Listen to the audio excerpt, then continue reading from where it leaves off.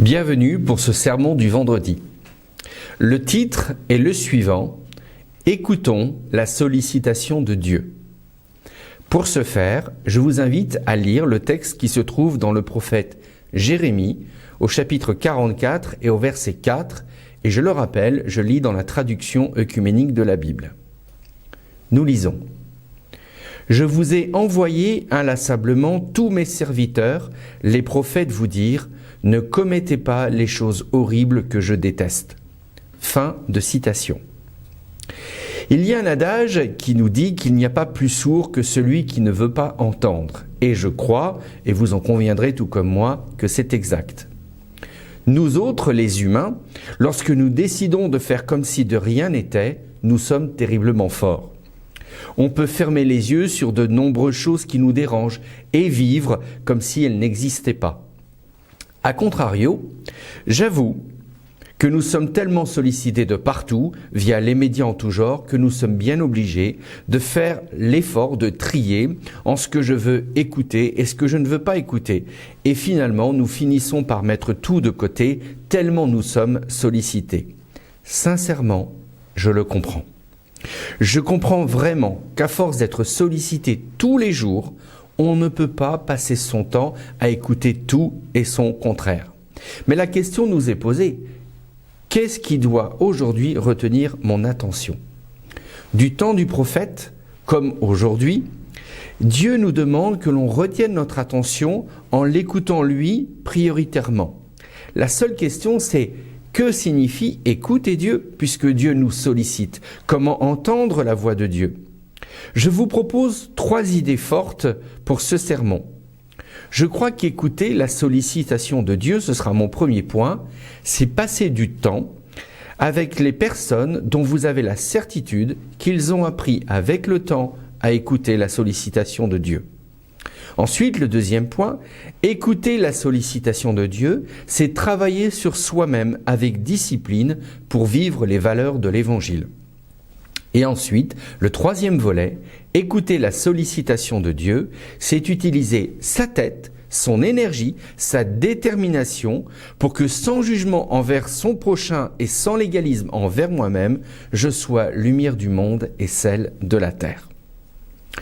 Revenons à présent sur le premier volet que je vous invite à développer. Écouter la sollicitation de Dieu, c'est passer du temps avec celles et ceux dont vous avez la certitude qu'ils savent écouter Dieu. Je réalise, et ça c'est un témoignage qui m'est personnel, mais je peux en parler, après plusieurs années de marche chrétienne, qu'en réalité, celles et ceux qui ont appris à écouter Dieu ne sont pas si énormes que cela. Il n'y a pas finalement grand monde autour de moi. Il y a beaucoup de gens qui imaginent des choses sur Dieu, mais les gens qui ont appris à vraiment écouter Dieu, j'en ai pas rencontré énormément, et à titre personnel, je crois que j'ai encore beaucoup de progrès à faire.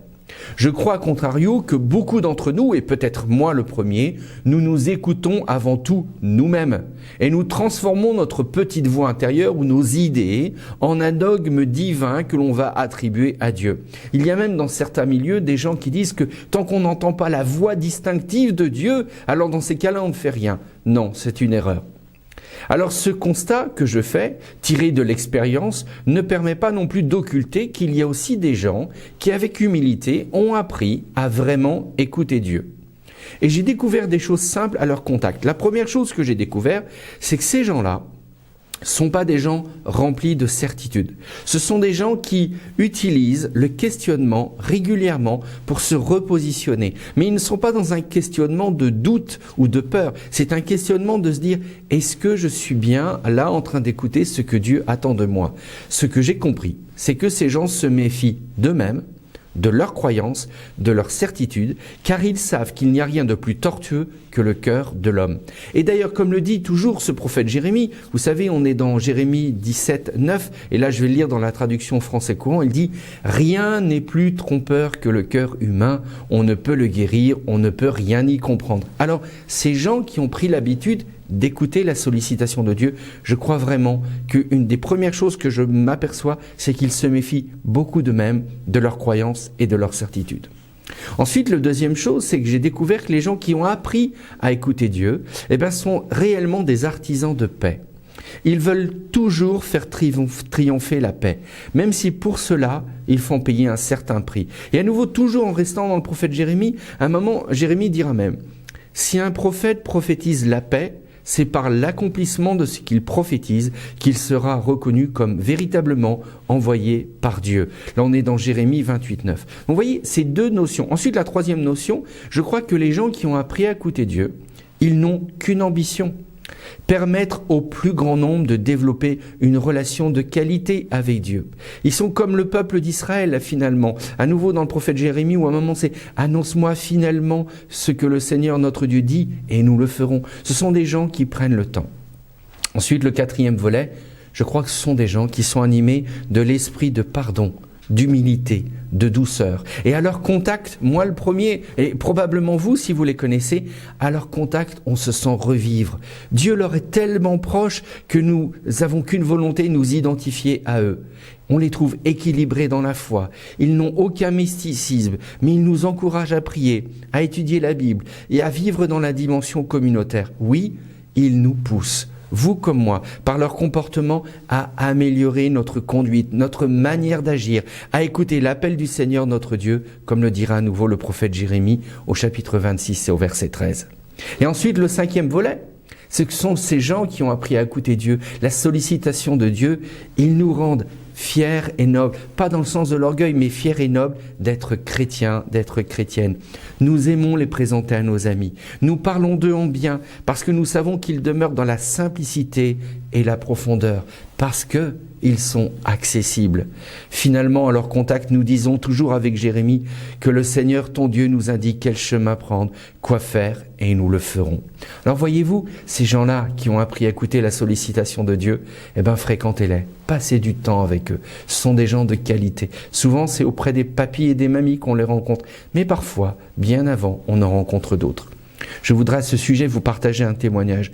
J'ai connu une dame célibataire qui pendant des années s'était posé la question, qu'est-ce qu'elle allait faire? Elle venait de Suisse. Et puis finalement, après la guerre, elle a décidé de devenir ce qu'on allait appeler aujourd'hui un métier d'éducateur spécialisé pour les enfants qui étaient malheureusement orphelins suite au bombardement de guerre. Et cette personne-là, elle m'a influencé dans ma vie quand elle avait 80 ans, parce que c'est une femme qui est restée célibataire, mais elle a tellement pris le temps d'écouter la sollicitation de Dieu, sans mysticisme, sans rien, qu'encore aujourd'hui, quand je parle d'elle, je dis toujours avec beaucoup d'affection, c'était une femme incroyable, à ses côtés, on avait l'impression de toucher la présence de Dieu. Et cette personne-là, quand elle est décédée, j'étais le premier à pleurer, parce que des gens comme ça, ça vous rend effectivement, comme je l'ai dit, fier et noble d'être chrétien. Mais pas d'une fierté orgueilleuse, d'une fierté d'être dans une famille de gens qui vous montrent le chemin de l'humilité en la présence de Dieu. Ensuite vient le deuxième volet. Écouter la sollicitation de Dieu, c'est travailler sur soi-même avec discipline pour vivre les valeurs de l'Évangile. Alors, j'ose croire, et ça c'est entre nous, que de nos jours, les notions de discipline ne sont plus trop d'actualité. Nous sommes, comme disent les sociologues, dans la génération du vite et facile à court terme. La notion d'effort fait place à l'instantanéité du plaisir. Alors sans me prendre pour un sociologue et sans non plus tomber dans la caricature, je crois que néanmoins la discipline n'est plus un concept qui est en vogue. Mais derrière le mot discipline se cache, on va dire, ce mot être disciple. Et d'ailleurs, l'auteur de l'épître aux Hébreux nous dit « Nous devons prendre au sérieux ce message entendu si nous ne voulons pas aller à la dérive. » Et ça, c'est Hébreux chapitre 2, verset 1.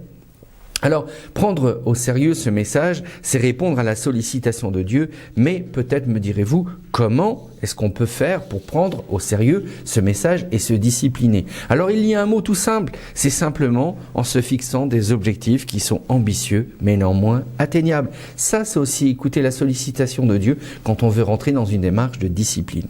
Alors, je vais revenir sur le volet, avoir des objectifs ambitieux et atteignables. Par exemple, je prends le choix de participer tous les dimanches au culte, quel que soit mon moral, mon humeur ou la météo. C'est un objectif atteignable et ambitieux pour celui ou celle qui avait jusqu'à présent l'habitude d'être un irrégulier du dimanche.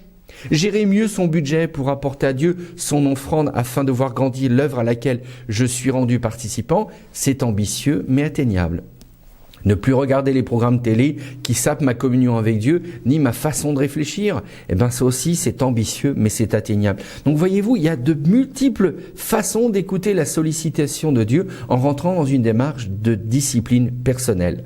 Et c'est partant de cette demande de discipline que le prophète Jérémie à nouveau a pu dire « Maintenant, améliorez votre conduite, votre manière d'agir, écoutez ainsi l'appel du Seigneur votre Dieu ». Nous sommes dans Jérémie 26, 13.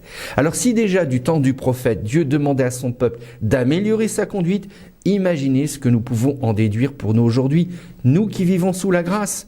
Finalement, vous en déduirez probablement la même chose que moi, c'est que d'écouter la sollicitation de Dieu, c'est travailler sur soi-même avec discipline pour vivre les valeurs de l'Évangile.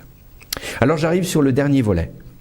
Écouter la sollicitation de Dieu, c'est utiliser sa tête, son énergie, sa détermination pour que sans jugement envers son prochain et sans légalisme envers moi-même, je sois lumière du monde et celle de la terre. S'il semble simple de rester un bébé spirituel dans la foi sans jamais grandir, néanmoins ce n'est pas là le projet de Dieu. S'il semble reposant de ne jamais prendre ses responsabilités, c'est simple, mais ce n'est pas le projet de Dieu. Il y a néanmoins une vérité que nous ne devons jamais ignorer. Affirmer être un chrétien ou une chrétienne, c'est utiliser sa tête pour penser, son énergie pour avancer, sa détermination pour grandir. Et c'est à nouveau dans ce sens que le prophète Jérémie s'adresse à son peuple lorsqu'il dit « Qui est celui qui se tient au conseil du Seigneur ? Qu'il regarde, qu'il écoute sa parole, qui est attentif à ma parole, qui entend ?» Jérémie 23, 18. Alors, je cite beaucoup le prophète Jérémie parce que c'est ce texte-là qui nous interpelle. Alors, écoutons bien, regardez, être à l'écoute, être attentif, entendre n'est possible qu'à condition d'utiliser sa tête, son énergie, sa détermination, et c'est un choix que nous devons faire. Aujourd'hui comme hier, il ne faut jamais oublier une chose. Dès que nous décidons d'être un disciple et marcher d'une façon cohérente en étant un disciple, ça va nous demander des choix de vie et de l'énergie. Et si vous n'êtes pas comme moi, si nous ne sommes pas déterminés à avancer, alors très rapidement, le moindre feu de paille aura raison de notre motivation à avancer.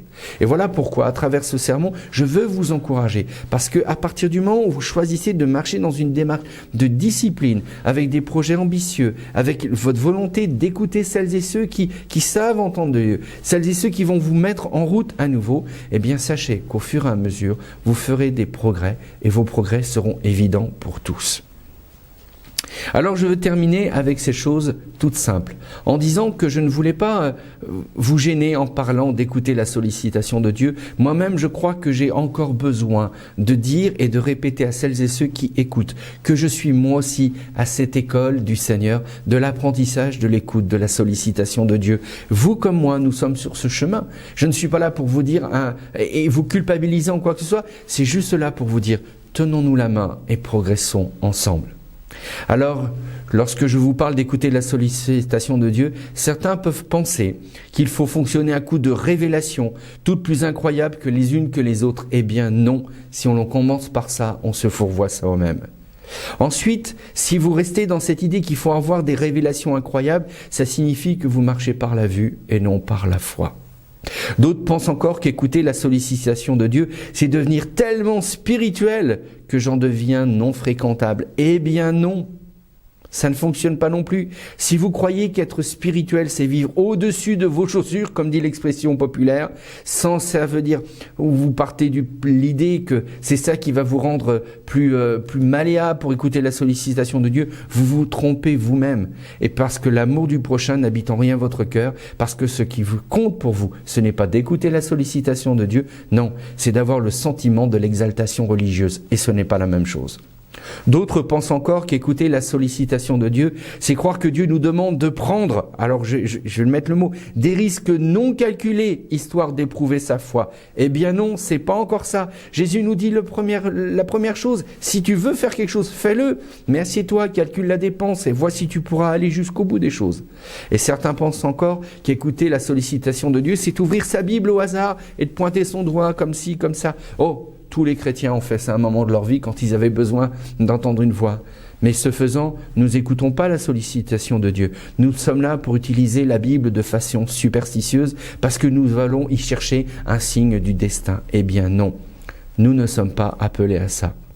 Écouter la sollicitation de Dieu, c'est simplement de temps en temps se réfugier dans le silence, dans l'écoute. C'est simplement se dire « Seigneur, donne-moi le discernement et la sagesse pour bien mener ma vie. » Et si ce que ce pasteur a dit là sur Mission Protestante Online devait être la parole que j'avais besoin d'entendre pour me remettre sur le droit chemin, alors j'accepte d'écouter cette sollicitation de Dieu.